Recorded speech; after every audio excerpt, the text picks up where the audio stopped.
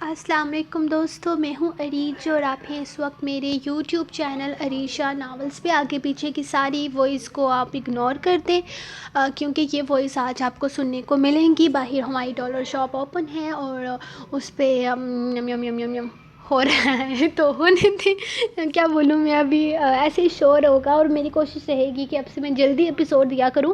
آپ لوگ بھی یار مجھے جلدی ایپیسوڈ دینے کے لیے کہا کرو تاکہ میں جلدی دے سکوں، تھوڑی سی ٹینشن دیا کرو مجھے۔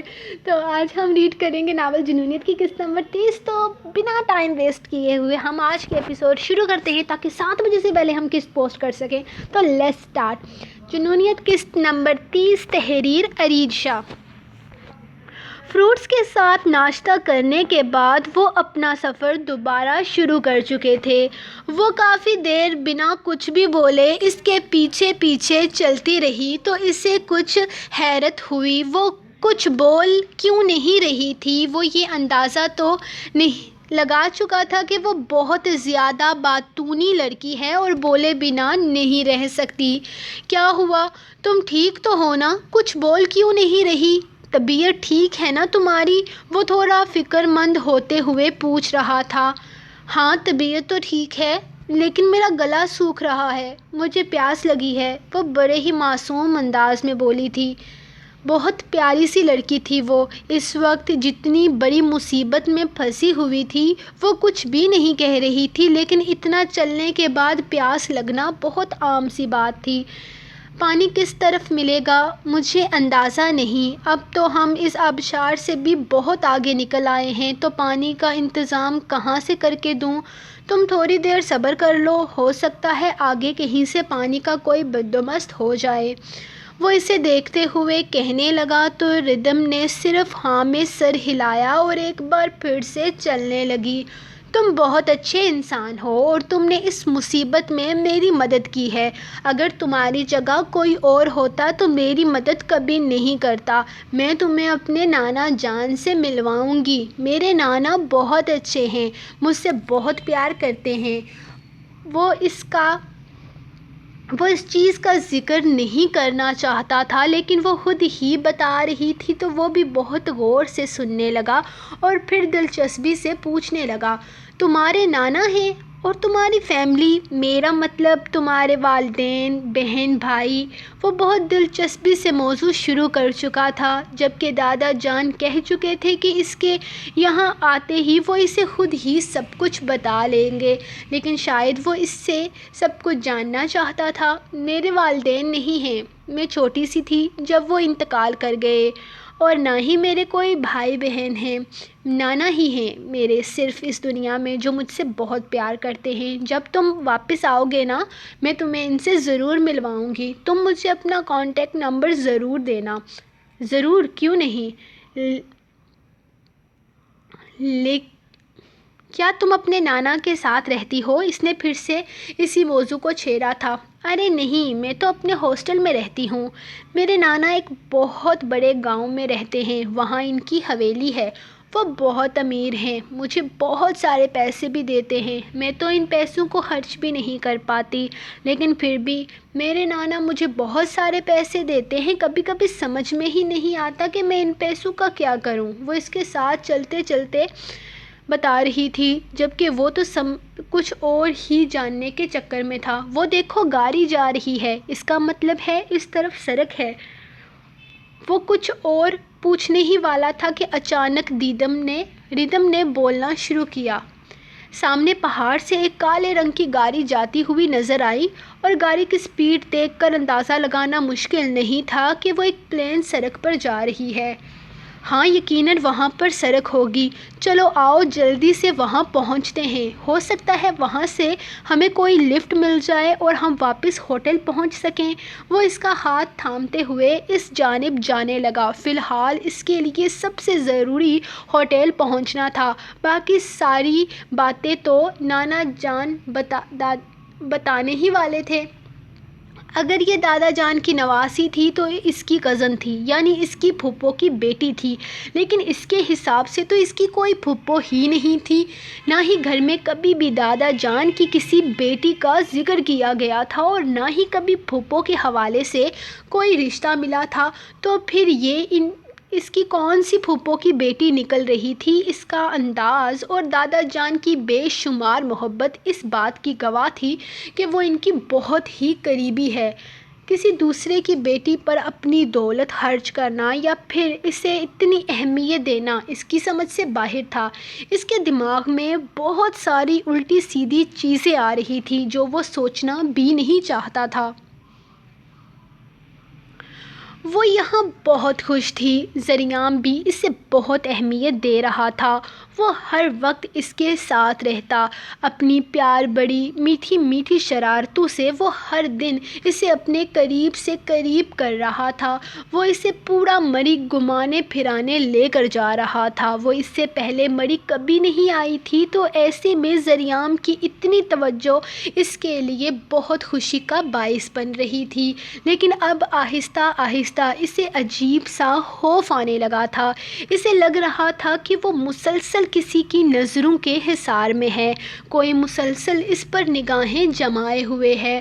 وہ ذریعہ کے بنا خود کو بہت خوفزدہ محسوس کر رہی تھی۔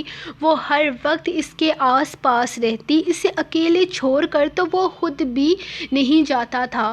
وہ اس کے ساتھ ساتھ باہر آئی تو یہاں پر اسے وہی سب محسوس ہونے لگا۔ وہ آگے پیچھے ہر طرف دیکھ رہی تھی، اس کی خوفزدہ نظریں ہر طرف جا رہی تھیں۔ اسے سمجھ نہیں آ رہا تھا کہ اسے ایسا کیوں محسوس ہو رہا ہے، لیکن اب اس کی چھٹی حس اس چیز کا اشارہ دے رہی تھی کہ کوئی تو ہے جو ہر وقت اس پر نگاہیں جمائے ہوئے ہے۔ کیا ہوا؟ تم اتنی ڈری ہوئی کیوں ہو؟ سب ٹھیک تو ہے نا؟ اسے اپنے ساتھ باہر لے کر آیا تو یوں ہی اسے آگے پیچھے نظریں دہراتے دیکھا۔ مجھے ڈر لگ رہا ہے، ایسا لگ رہا ہے کہ کوئی مجھے ہر وقت دیکھ رہا ہے، ایسا لگ رہا ہے جیسے آپ مجھ سے دور جائیں گے تو کوئی یہاں آ جائے گا۔ پلیز آپ مجھے چھوڑ کر کہیں مت جائیے گا۔ ڈارلنگ، کیا ہو گیا ہے تمہیں؟ اس طرح سے ڈر کیوں رہی ہو؟ یہاں پر میرے اور تمہارے علاوہ اور کوئی نہیں ہے، اور باقی یہ ہنی مون پلیس ہے۔ ہمارے علاوہ اور بھی اس جگہ پر بہت سارے لوگ ہنی مون منانے کے لیے آئے ہوئے ہیں۔ لوگ آگے پیچھے گھوم رہے ہیں، شاید اسی لیے تمہیں ایسا لگ رہا ہے۔ شاید تم رش والی جگہ پر پہلے گئی نہیں۔ اس جگہ کافی رش ہے، آؤ نیچے کی طرف چلتے ہیں، وہاں نیچے ریسٹورنٹ ہے۔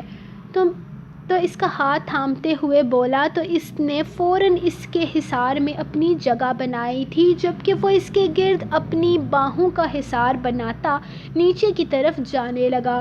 وہ اسے بتانا چاہتی تھی کہ صرف یہاں نہیں بلکہ جب سے وہ یہاں مری آئی ہوئی ہے وہ مسلسل خود کو کسی کی نظروں کے حصار میں محسوس کر رہی ہے، لیکن فی الحال ذریعہ کا موڈ خراب نہیں کرنا چاہتی تھی۔ وہ یہاں آ کر بہت خوش لگ رہا تھا اور امایا کو اس کی مسکراہٹ بہت دلکش لگتی تھی۔ وہ اس کی مسکراہٹ مند نہیں کرنا چاہتی تھی۔ وہ پہلی بار یوں اتنے لوگوں میں آئی تھی، تو ہو سکتا ہے یہ سب صرف اس کا وہم ہو، تو ایسے میں ذریعہ کو پریشان کرنا اسے بہت عجیب لگ رہا تھا۔ اس نے اپنا ڈر خود تک رکھا تھا، لیکن پھر بھی ذریعہ اس کی خاموشی کو نوٹ کر رہا تھا اور اب وہ اس سے باتیں کرتے ہوئے اس کے ڈر کو کم کرنے کی کوشش بھی کر رہا تھا۔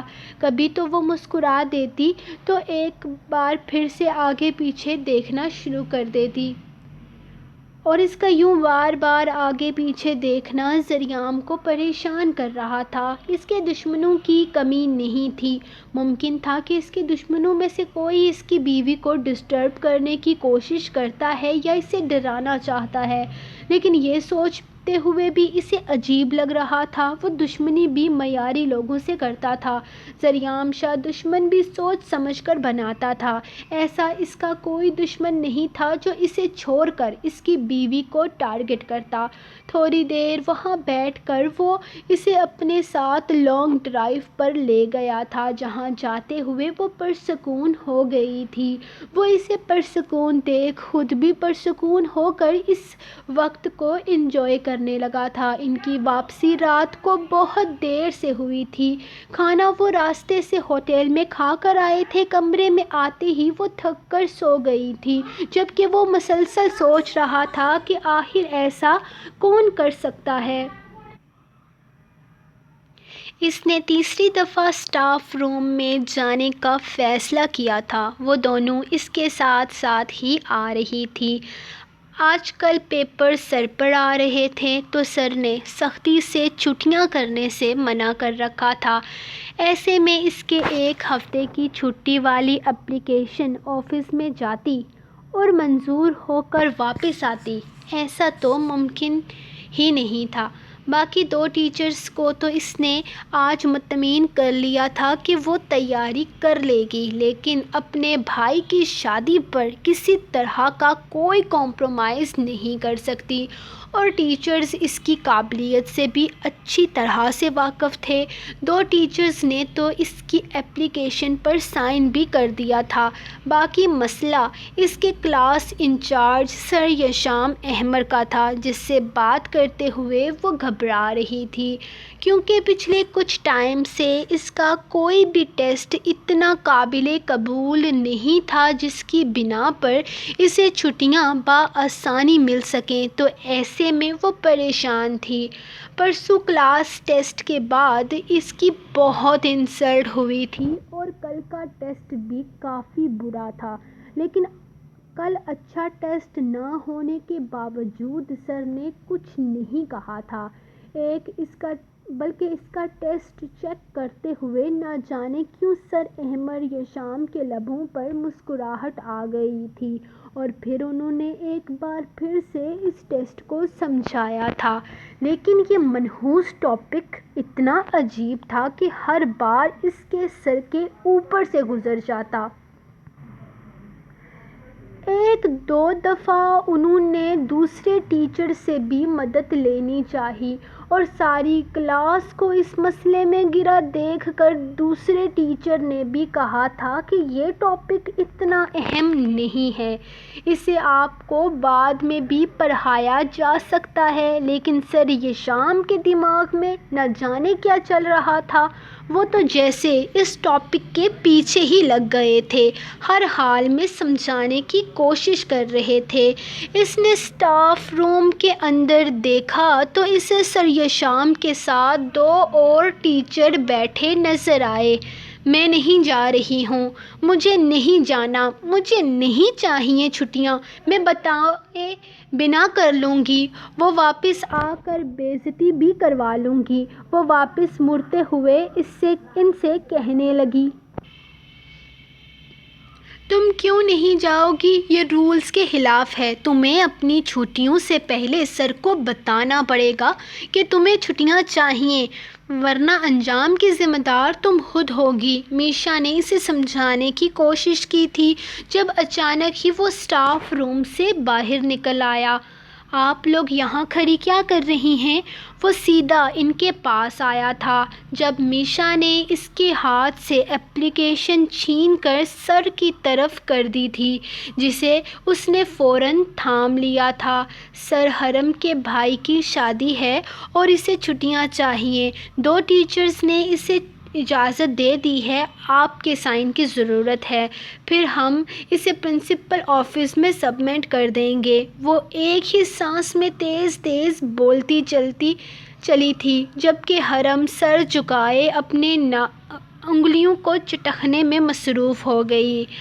آپ دونوں نے حرم کے اسسٹنٹ کی نوکری کب سے سنبھال رکھی ہے؟ وہ پیپر کھول کر درخواست پر سائن کرنے لگا، جبکہ اس کے سوال پر پہلے تو ان تینوں نے حیرت سے اسے دیکھا، پھر خود ہی ہنس دی۔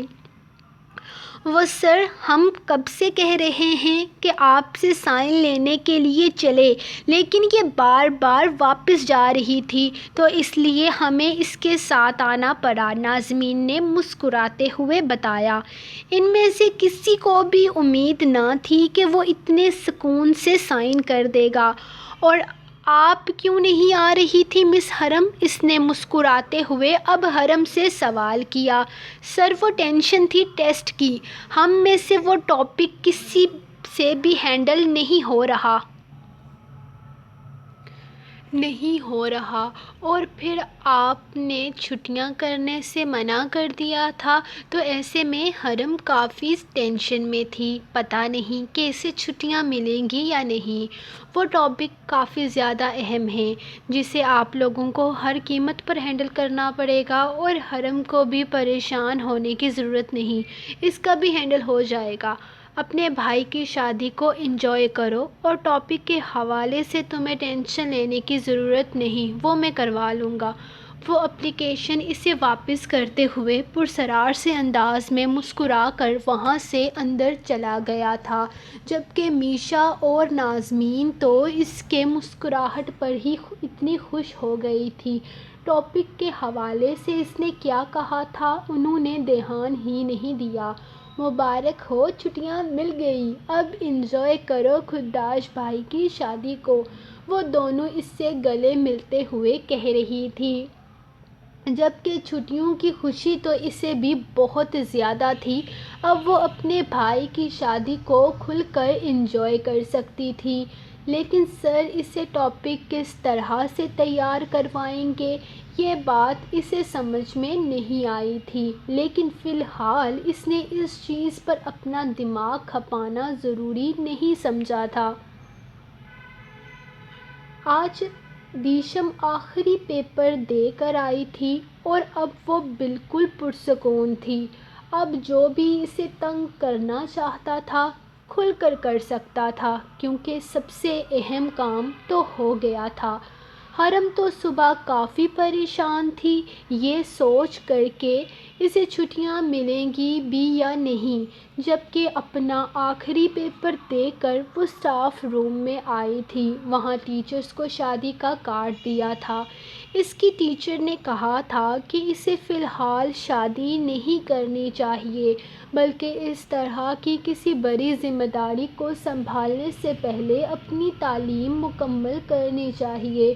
سبھی لوگ جانتے تھے کہ اس کا ایک خواب ہے، وہ اپنے خواب کو لے کر آگے بڑھ رہی ہے۔ ایسے میں اس کی شادی کی خبر سب کے لیے کافی حیران کن تھی۔ اس نے کہہ دیا تھا کہ اس کی فیملی اس کی شادی پر زور دے رہی ہے اور وہ اپنی فیملی کے خلاف نہیں جا سکتی، اور جہاں تک بات اس کے خوابوں کی ہے تو وہ اپنے خواب پورے کرنے کے لیے کسی بھی حد تک چلی جائے گی۔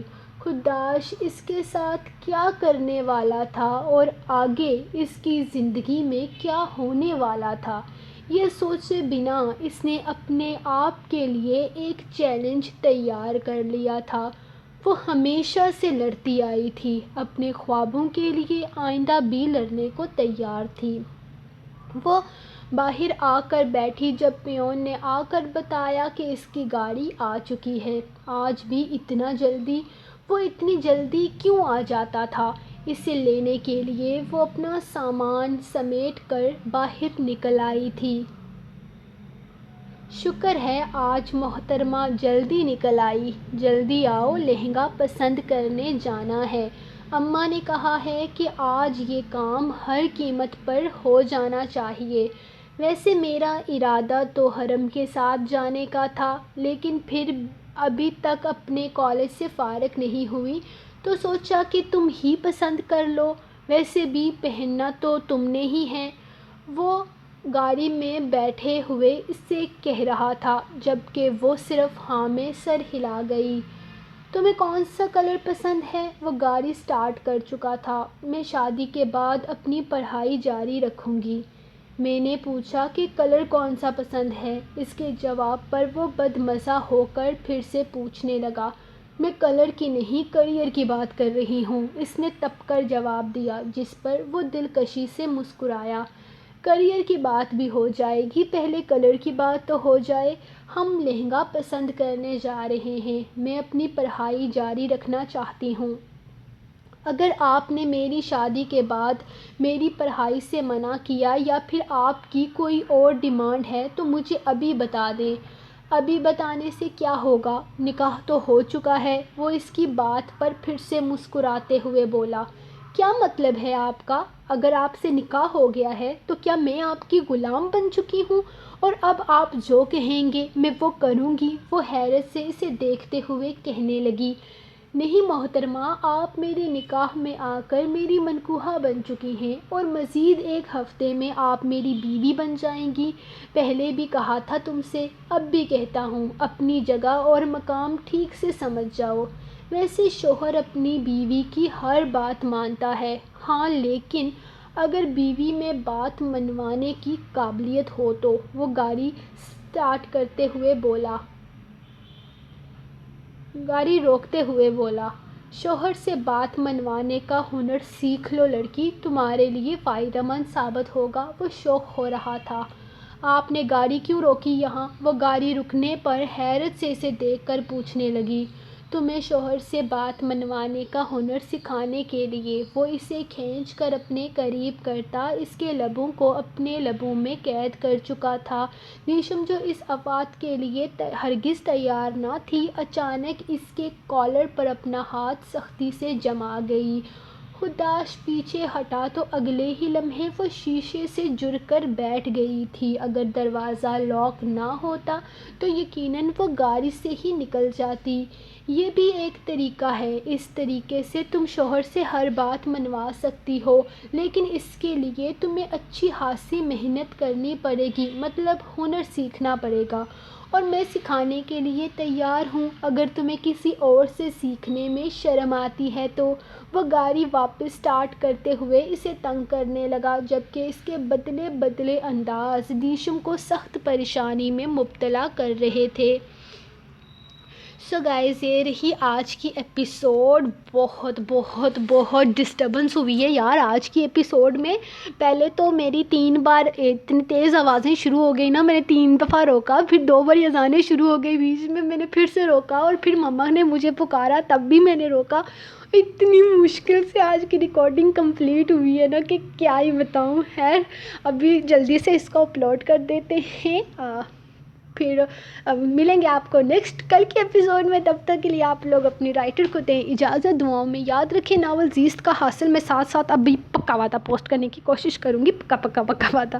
تو سوری جن لوگوں کو اس کا ویٹ کرنا پڑا۔ آج سے میں کوشش یہی ہوگی کہ میں 2 ایپیسوڈ پوسٹ کروں، مطلب ایک ایپیسوڈ جو میں نے پوسٹ کیا وہ اصل میں 2 قسطیں تھیں، یہ میں آپ کو بتا رہی ہوں پہلے ہی۔ تو ایسے ہی میں 2 کر کے جلدی ہی اس کو کمپلیٹ کرنے کی کوشش کروں گی۔ تو ملیں گے کل کی ایپیسوڈ میں، تب تک کے لیے اپنی رائٹر کو دیں اجازت، دعاؤں میں یاد رکھیں۔ اللہ حافظ۔